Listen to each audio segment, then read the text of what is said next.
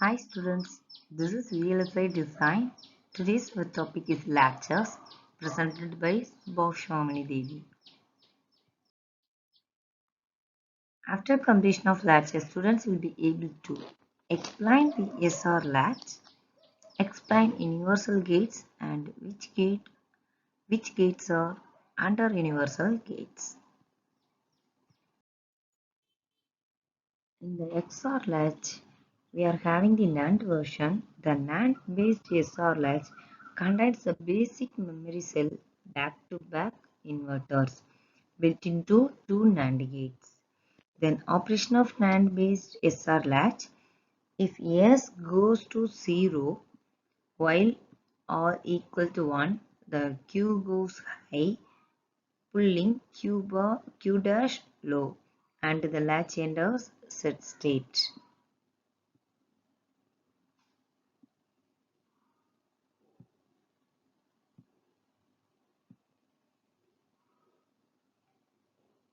And then next state, if R goes to 0 while S equal to 1, then Q dash goes high, pulling Q low, and the latch is a reset state.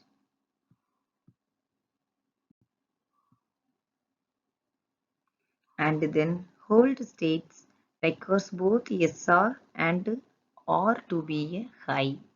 It is the hold state.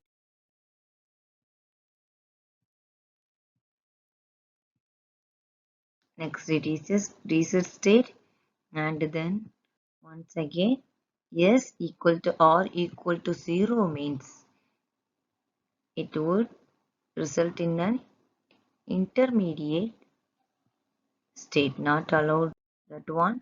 And then the truth table is shown here. This is the 0 and 0 disallowed. And finally, the expression of SR latch is Q dash equal to S plus R into Q. That is the final expression of NAND gate. Always we are going to implement the CMOS implementation means final expression is essential to implement the CMOS implementation. That's why if we are using which type of latch or gate anything else, first of all we know about the expression of each and every gates. Then only you are able to implement the CMOS implementation. Next one, we are giving the SR latch with clock signals. The same thing, but we are giving the clock signal also. That means one flip-flop or clock signal is acting as the, we are replaced the clock is same as the flip-flop. That's why we are using one more flip-flop is added. That is the SR latch and clock signal is added. This is the next set of SR latch. Latch is sensitive to input changes only when clock equal to 1. Here we know that idea. The final expression of the truth table, we know the idea about this clock and latch. If when that clock is 1 at the time, change is also occur. Here clock is 0, next no change will appear in the output state. Then clock is 1, SR equal to 0 means that's time no change. Then suppose if you are change the SR inputs, then clock is also 1. Here that state is 0 1. Then Q equal to 0, reset is state.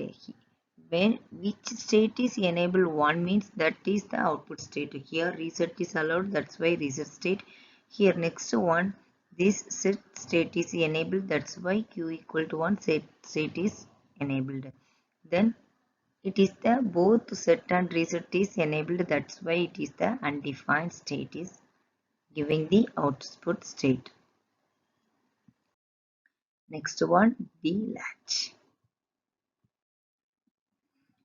One way to eliminate the undesirable indeterminate state in the RS flip-flop is to ensure that inputs yes and or are never one simultaneously. This is done in the D flip-flop.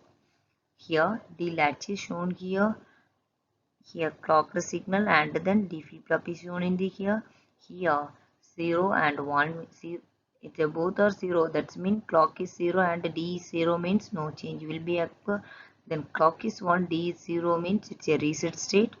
When D is appear 1 and clock is also 1 is enabled means it's a Q equal to 1, that means set state is enabled.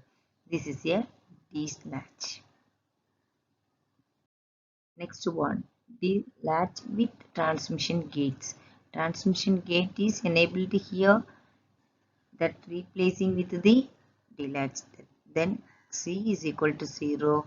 Then transmission gate 1 closes and transmission gate 2 opens at the same time, that Q is equal to D. Then Q is D is the output is enabled. Then clock is 0. Then transmission gate 1 is open and transmission gate 2 is closes. Then hold state is appear. Then output to Q bar is enabled.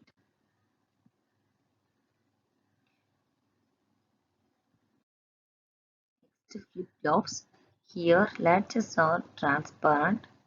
If any on the input is seen at the output immediately when Q is equal to 1.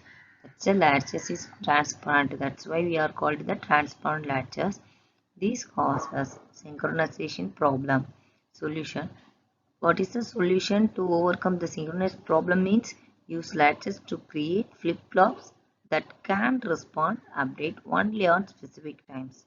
Instead of any time, it will quit the off session.